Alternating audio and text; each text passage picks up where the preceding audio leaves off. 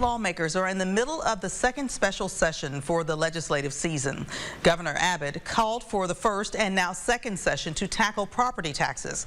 East Texas News Weekend's J.D. Conte has more on some of the property tax measures that are being considered. This is the state's second special session. It started in late June, and it's the third try for state lawmakers to reach a deal on property taxes. The state has a nearly $33 billion surplus. The task at hand is figuring out how that surplus should be used to achieve $12 billion in property tax cuts, both business and residential.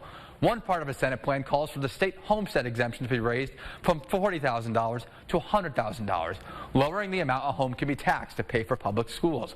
Legislators have to have the plan approved by August in order for voters to choose in November.